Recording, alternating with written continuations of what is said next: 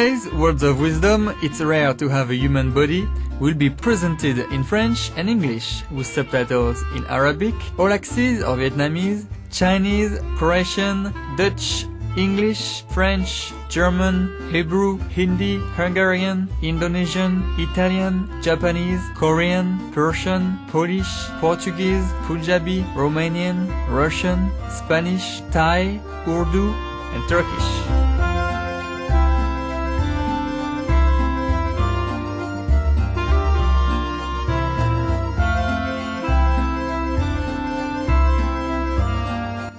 Connue pour sa déclaration des droits de l'homme et du citoyen, la France est un pays qui a mis en avant les principes de liberté, d'égalité et de fraternité. Le peuple français a bon cœur et est bien connu pour accueillir les immigrants venus chercher un foyer.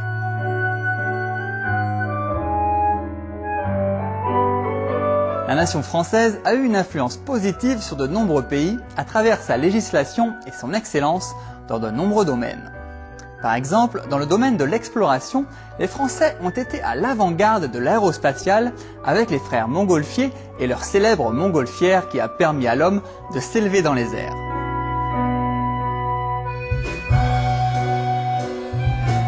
Aujourd'hui, les Français sont toujours à la pointe de la technologie, en particulier dans l'aérospatiale et les transports terrestres, avec entre autres le train à grande vitesse, ou TGV, détenteur du record de vitesse. Nous devons aussi le cinéma à Léon Bouly et la photocouleur aux frères Lumière. Toutes ces innovations ont permis à beaucoup de Français de traverser les frontières et d'apporter leur esprit de solidarité dans le monde entier via des organisations célèbres comme Médecins sans frontières et Emmaüs International. La France est aussi bien connue en médecine avec les découvertes de Louis Pasteur sur les vaccins. Dans le monde des arts, c'est Claude Monet qui a révolutionné la peinture avec l'impressionnisme. On ne peut bien sûr pas parler de la France sans mentionner la haute couture, la gastronomie et le savoir-vivre qui ont fait de ce pays une destination touristique romantique. La France est aussi une terre de paysages variés s'étendant de la côte atlantique jusqu'à la Méditerranée, en passant par le Jura et les Alpes, dont le plus haut sommet, le Mont Blanc avec ses 4808 mètres, est aussi le toit de l'Europe.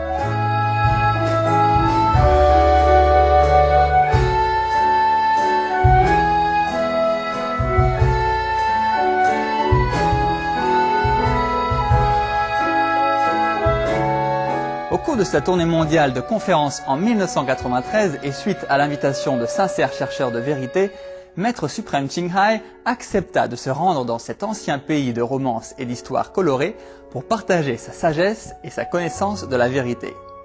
En décembre 2007, Maître suprême CHINGHAI est revenu en France pour un séminaire.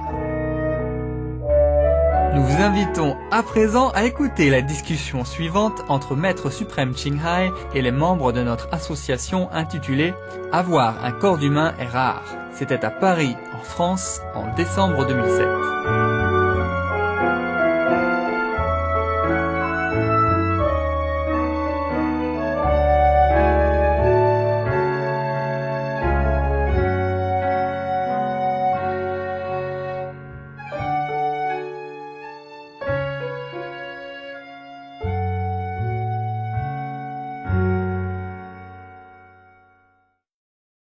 You want some joke first or serious story first? How many serious? How many jokes? Oh, no. All right, serious. Tuck your smile back in. Nobody allowed to smile, except the one who won't joke. I told you so many stories. I wonder if I have told this story or not. This story is about a holy man who deal with his desire, yeah, and who deal with temptation. It goes like this. A holy man, one day, walking through the shop, yeah, in a shopping center, maybe supermarket, yeah. And he saw a grocery in which they sell beautiful fresh mangoes. Wow. His mind urged him to buy some, to enjoy it. Yeah, of course, like everybody else. So the holy man was trying to tell him that, no, you don't need mangoes. Yeah. You don't have enough money to buy it to start with, and you don't need it. And you are a holy man. You just eat whatever you have, and you don't desire anything else. But would the mind listen? No? Okay. But the mind doesn't listen. Never mind. The holy man went back to his cave, continued to meditate. But all night long, all he meditated on was the fresh, luscious mangoes. You know everything. How come? Were you that holy man reincarnate? We all know very well the trick of the mind, yeah? Okay.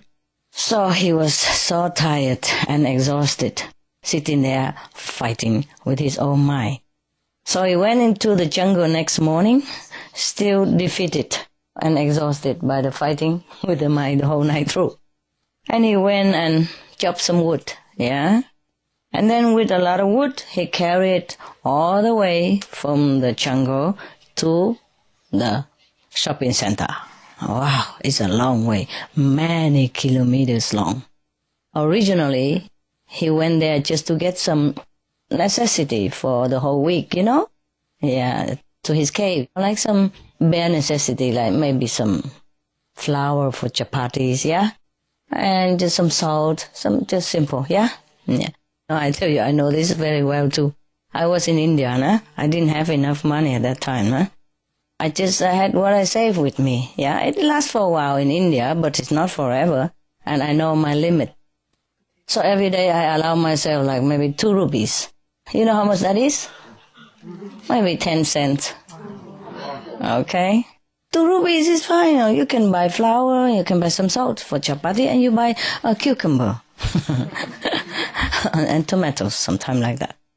So what I do is I buy a jar of peanut butter, some flour, and those very flat plate which I can use to eat and cook tea and bake chapati on it. So he carried the heavy wood load to the bazaar, which is a very long way, many kilometers. You know how holy men in India, they live up in a mountain somewhere, yeah, in a cave somewhere. And to go down to the mountain, you know, to the bazaar, take a long time. They mostly live far away from it all, because that's what they want. Yeah, but then it's inconvenient when you want to have something, huh? And nevertheless, he carried a heavy wood load down to the mountain. And then he's very tired and exhausted. But he doesn't give himself a rest. He keeps telling himself, you want the mangoes, you work for it. Now you carry the wood and you don't complain. And the mountain road, you know, very difficult, but he make himself do it. Okay, there you are. He came down to the mountain. At last, he sold the wood, exchanged it for money, and bought some mangoes. And then he went back to his cave, in the fort. And he put it on the stone in front of his cave and he said, okay, you just look at it, okay? Because I know you very well. He talked to himself. He said his mind. He said, today, you want me to buy you mangoes. Tomorrow, you will want something else, yeah? Melons. And the next day, who knows, you might want to buy a house, and then you will want me to have a wife to take care of the house, and then that's it, finish of my story, end of my life. I know what you want. That's what you want, hey? I'm showing you. That's not going to happen. Okay. Becomes a wife, and then come the wife, and then the children, yeah? Yeah, and then the birthday, and then the death day, and then the marriage of the children, and then the grandchildren, and the marriage of the grandchildren, and forever. Never done. Never done. I will be then your slave. Yeah, at the end of all this. So he just telling that. And then just when he was talking to his mind like that, person passing by, yeah, his cave. So he called him, hey, buddy, take the mangoes. It's yours. So, of course, the traveler was hot and thirsty. And, immediately, are you sure, sir? Oh, yes. Oh, I'd be happy to take them all. He took them all. Yeah, even eating some of them in front of the holy man. Wow, poor holy man must be mouth-watering. Ah, poor guy. He worked so hard. He should have deserved it. You know, at least he go and cut wood, no? But he doesn't want to do it again, huh? Suppose next day he want apple, huh? And then he have to go cut wood again, huh? And then just by the habit of following the desire of the mind, who knows where it leads him, yeah? Remember the story of the yogi who had just a cloth to cover his milk plates, yeah? Good, thank you. Thank you that you remember. So there was a journalist who brought in some humorous story for the editor-in-chief, you know, of the journal. And the editor-in-chief was reading it for a while and then just don't say anything. So the journalist asked him, oh, why didn't you laugh? It's a very funny story. He said, I laughed last year, no? Same story. So it's very difficult to control our mind, huh? Yeah, I don't care. If he wants a mango, I give him a mango. Because I also work for it already. Yeah, maybe that's why I work so hard. Since I could afford a mango, I just have a mango. Otherwise, I could be saintly. Yeah, I could go in the cave, sit there and meditate all by myself. Yeah, and eating chapatis every day, and now and again, you know, with some 5 samosas. You know what samosas is? Yes. No, this Indian snack is beautiful. It's like a meal itself, you know. They put all kind of mixed vegetable inside, huh? Namely peas, yeah, chopped carrot, and potatoes, yes, and spice in it. No, maybe chapatis or masala, something like that inside, yeah. And then outside, they already fried that. Maybe they fried already or not. After. Huh? After they put it together. Oh, so they put inside raw? Ah, okay. Oh, the stuff inside. The stuff inside, I think they fry a little bit first, no? Otherwise, it takes too long to cook the potatoes inside. I guess they did fry the potato, whatever, peas, sweet peas, and chopped carrot, fried together, spice them already. Okay, and then they put it in a butter flat cake like chapatis, I guess, you know, and they fold it into a triangle kind of shape. And then they fry them. Deep fry quick. And that's how you eat it. And it tastes like heaven at that time, nah? Oh, it is lovely. I could not resist. It tastes so good. And just exactly that one tastes good. Not everyone tastes like that. They just make it smaller than usual, you know? It makes it more trouble. Because you eat one, you want another one. There's another story about the prophet and the devotees. Okay. One time, when Prophet Muhammad was talking with a group of disciples, he asked every of them in turn what they possessed. Yeah, possess. What is their possession? What do they have? Yeah. So, one of the disciples, by name Hazrat Umar, replied to the Prophet, "Oh, Prophet, I have a wife and many children, camels, and so on and so forth." It took him a long time to list all of his possessions. Yeah, maybe camels, and then coconut tree, and palm trees, and date trees, and, you know, what else, you know, house, hotel, room for rent, whatever, yeah. Take a long time, okay. All of the others made similar replies until the turn of one disciple by name Hazrat Ali. He said to his master, "Oh, master, oh, sir." He declared his love for the Prophet. He said, "My only possessions are God and you. Except for these two, I have nothing worth of mentioning." So the Prophet Muhammad was explaining his teachings through the answers of this disciple. He was well pleased, I guess, yeah? Saying that worldly possessions count for very little. We have them for a short time only. They do not go with us to the world beyond. Attachment to them leads only to pain and suffering, as we are born again and again to satisfy ourselves because of the desire for these, which had not been fulfilled during our lifetime. Yeah, because we have more, then we're more attached to them, and they give us comfort and I say pleasure and stuff. And when we die, we have not enjoyed all of them yet, you know. And then maybe at that splitting moment, our soul left the body with the desire that we haven't enjoyed all our possession. And then that's how we come back to life. I mean physical life again and again, transmigrate and suffer, yeah? So that's why the prophets say that possession only leads to suffering and transmigration. This is the lot of those who love the ways of the world. But those who love God and are always engaged in the contemplation of their beloved transcend this region of births and deaths. Well, the one who wrote this thinking, it's just a matter of understanding this simple truth. Is that simple? Yeah? Yes. Yes. Simple, but not simple to carry it out, huh?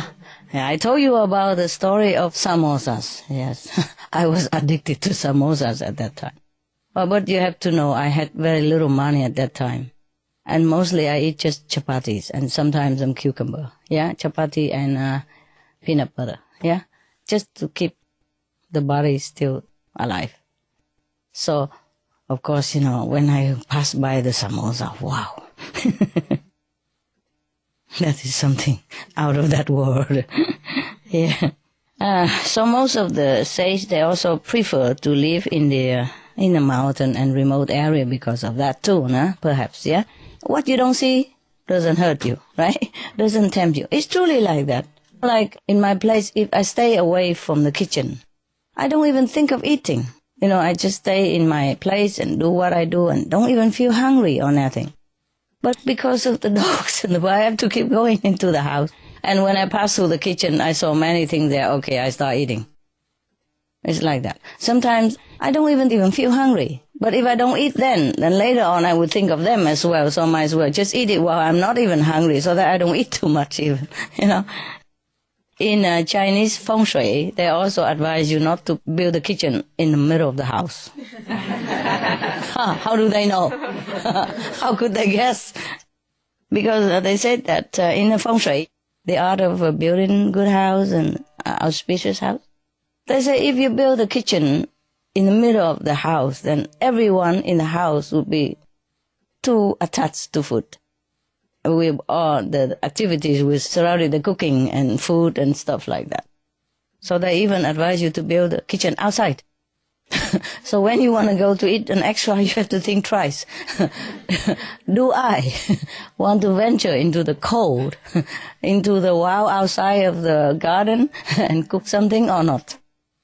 I'm thinking of moving my kitchen outside into some remote area of the garden, you know, where it's freezing day and night in winter, and then we think how much weight we can lose. My dogs also get fat. You know, yeah, one or two of them really putting weight on. You know, happy. You know, when she lay down, her fat just flow alongside. They flap on one area, you know. And when she wake her body, you can see flop, flop, flop, you know, running back and forth. When she first comes, she doesn't have chin, and now she has 3 chins. Okay, any question? From your land or from your center? Yeah, Master, I have a question about animals. You've been teaching us some things about animals that are just amazing, but the question is that some of the animals are more noble than we are. Some of them have higher consciousness. Yes. And yet you also say that being human is the peak of creation as well. Yes. So how is it that, will they become human, or can the animals attain enlightenment and go beyond the physical? It depends on animals, yeah. I wouldn't say like the tiger will go straight to heaven. Yeah, but most of the animals, actually, some tigers and lions are very noble as well. You'll be surprised. It depends, you know. Any race of animals, even in the ferocious animal, there are some saintly being born into it. Yeah? Many times, like sometime you see on television, there was a girl in Africa. they were molested by 7 men even. And then the lion came and shoo them all away and guard the girl until her family came. And then left, yeah? And some lion even rescued some other babies and all that stuff, yeah? And many stories about that, yes. Okay, some animals that came straight from heaven to come down to help human, yeah? In that case, they will go back straight to where they came from. Only elevated one step higher than when they were before. Higher heaven or higher level of consciousness as a reward from heaven. Human is higher in the way that we have many choices. See, we can choose to be noble, yeah? We can rescue any other human when we want to. We can help our neighbors. We can share our possession and our labors, our love, anything we want. We can be heroes, yeah? We can choose to be vegetarian or non-vegetarian. We can choose to be a saint. We can choose to meditate on God and elevate ourselves anytime. We have that privilege, yeah? Animals, they have very few choice because of the nature of their species. For example, the dog, sometimes they come here, they could rescue other people or do something else. But they're with you, and they're limited to what you want them to do. They don't have much choice. To be reincarnated into animal kingdom is easier. To be reincarnated in the human world is hard. Okay? You need, I told you before, human quality, yeah? You have to have enough human quality. You have to have affinity with the parents, yeah? And with the society, with the people around which you were born. And very difficult. So the Buddha say that there's a blind turtle, you know. Only once every 100,000 years he came up to the surface of the sea. And at that time there flow a piece of wood, you know, toward that place. And there's a hole in it. And the blind turtle happened to just put his head through that hole. And that's how rare it is to have a human body. And humans have lot and lot of choices. And it's a pity if we don't choose well. Animals, they are limited. For example, if a bird want to come down and help human, it's difficult for them. As soon as they come down to the human world, they get eaten. Or they've been captured and then put in cage or sold or die meanwhile, something like that during the process. So humans are very privileged, yes. Because of what you have done in the past, perhaps you've done something good, that you can choose a human body, okay? To be a human, you need some merit. You have done something good in the past in order to be able, yeah, to be able to pick a human birth. Yeah. Some human, although maybe they're saintly, nobly, but maybe they haven't done those human merit, so they don't have enough choice. They have to be born as animals. Whatever they want to do, they have to do it with that body, which is more difficult. Human, we have brain, we have hand, we can do all kind of tools, we can invent a lot of things and make our life comfortable and help everybody else or animals, but most of the time we don't choose it. Yes. The human, before they came down to this world, they all promise that, okay, I will walk the way of God. I will walk the way of love. I will correct my mistake in the past life. I won't do it again. I definitely will not. I will do the opposite. I will do good. I will be generous. I will be kind. I will be compassionate. I will do this. I will be a hero of humans and animals. I will lay down my life for the needy, for the weak and the small, yeah, for the animals even. But when they come down here, forgot.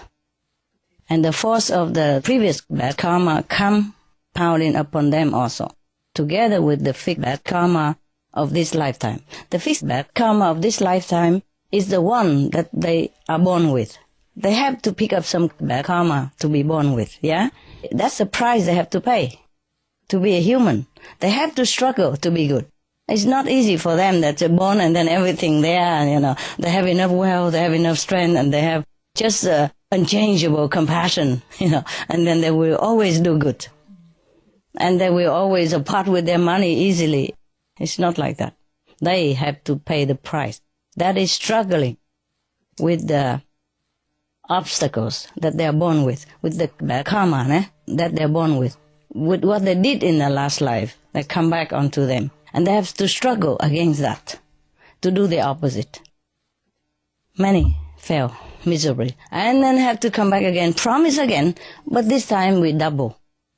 The bad karma of the past life and the life now will come back on them on the next future life. Be harder and harder all the time. So you see how poor the human is, yeah?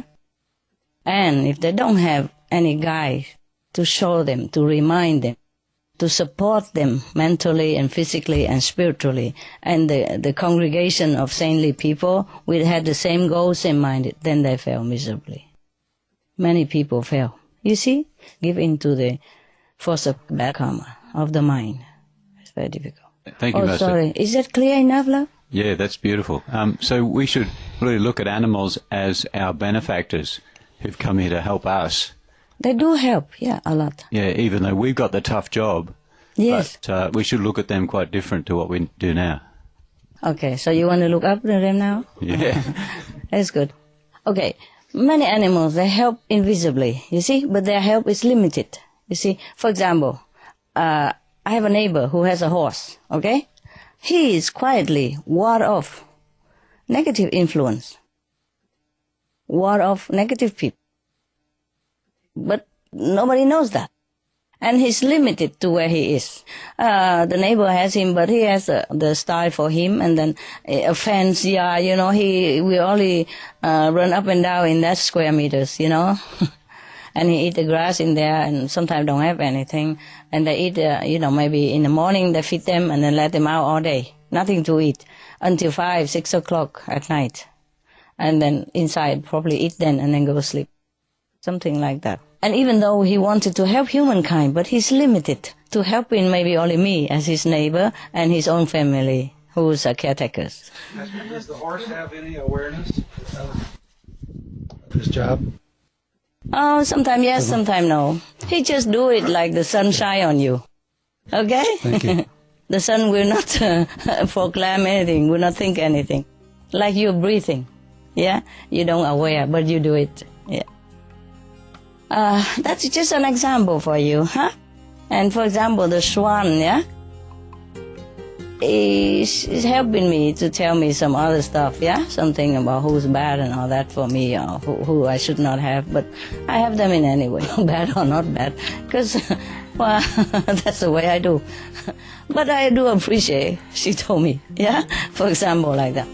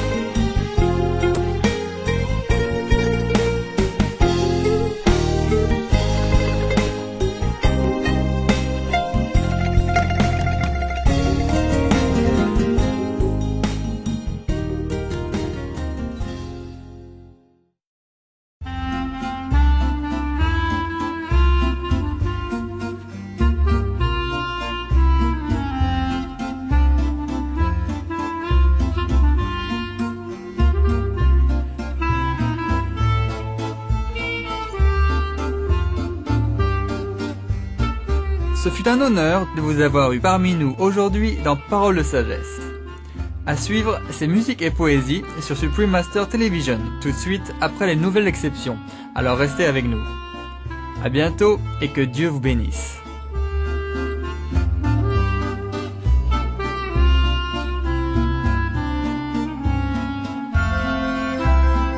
We appreciate your wonderful presence today on Words of Wisdom.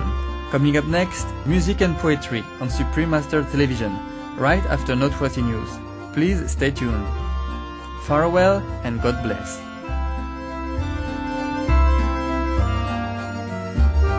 For more details, please visit www.suprememastertv.com/WOW.